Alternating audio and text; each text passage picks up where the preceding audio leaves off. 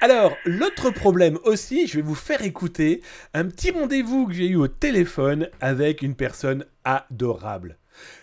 Je vais être très clair avec vous, je vais spoiler d'entrée de jeu. Un escroc a tenté de me vendre du vin.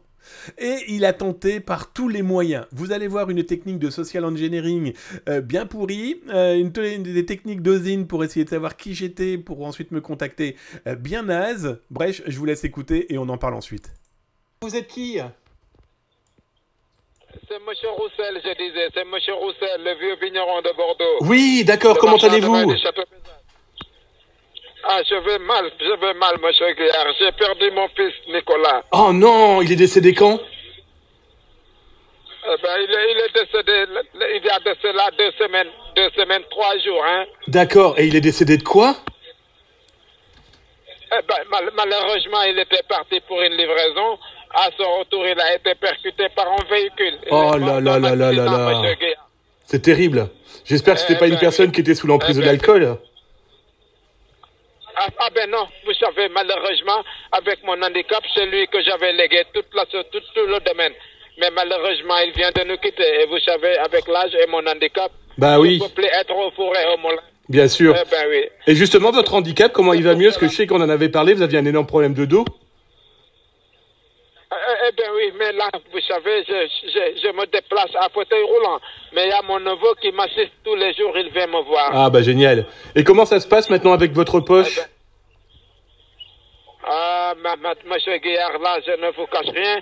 Je me ressens comme un vieux orphelin. L'année passée, c'était ma femme. Cette année, c'est mon fils. Oh là là, quelle horreur. Même, j'ai décidé...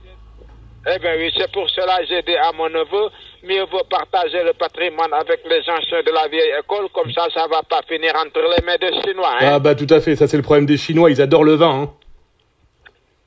Oui, et vous savez, ils veulent nous acheter tous nos châteaux et ils vont revendre les bouteilles très très chères. Moi, j'aime pas ça. Hein? Ah bah oui. Et qu'est-ce que je peux faire pour vous aider alors? Monsieur Guillard, vous savez, moi, j'ai vraiment décidé d'honorer tous les anciens de la vieille école. Et pour cela, comme le veut la tradition bordelaise, je vous ai gardé un coffret de souvenirs à la mémoire de mon fils. Ah, génial. Celui-là est traité selon les... celui-là est traité selon les anciennes traditions bordelaises. Et je l'ai même pris de ma consommation personnelle. Ah bah sans problème, j'achète tout de suite. Voilà.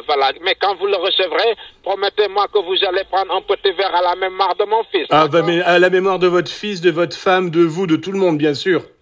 Comment je fais pour vous payer, du coup? Vous avez gardé mes coordonnées bancaires ou je dois vous les rendre? Comment je fais pour vous payer? Je dois vous donner mes coordonnées bancaires ou vous les avez, là?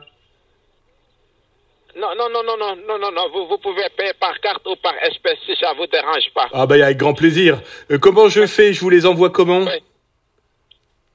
Non, c'est mon neveu qui va vous les livrer jusqu'à chez vous. Comme ça, vous allez payer à la livraison, hein? D'accord, bah écoutez, sans problème. Sans problème, comme je le dis bien. Alors, la petite histoire, c'est que cette escroquerie est assez intéressante.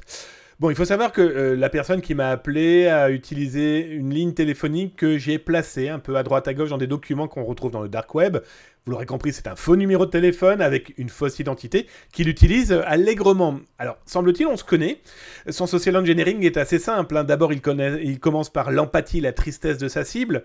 Il a perdu sa femme, il a perdu son fils, il a perdu son chien.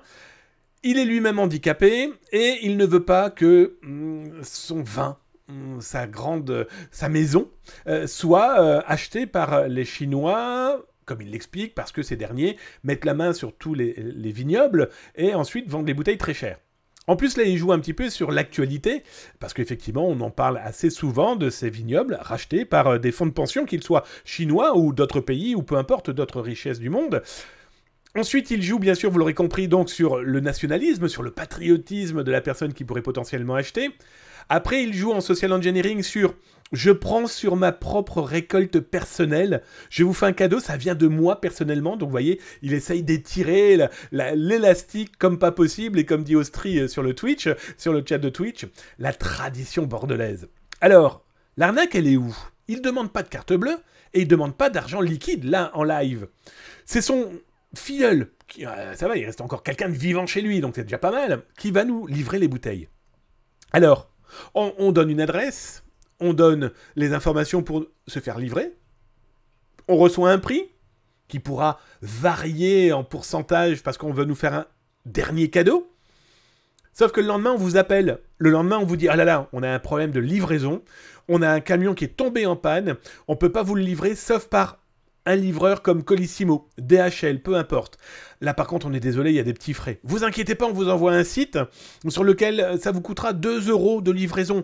On s'excuse et en plus, on vous offre une caisse supplémentaire. » Bref, vous l'aurez compris, leur idée est de vous alpaguer, de vous accrocher et donc d'attendre de vous de fournir vos données bancaires dans ce prochain contact à 2 €. Après tout, qu'est-ce que 2 € si vous pouvez recevoir des dizaines de bouteilles d'un énorme cru et en plus c'est pour la patrie.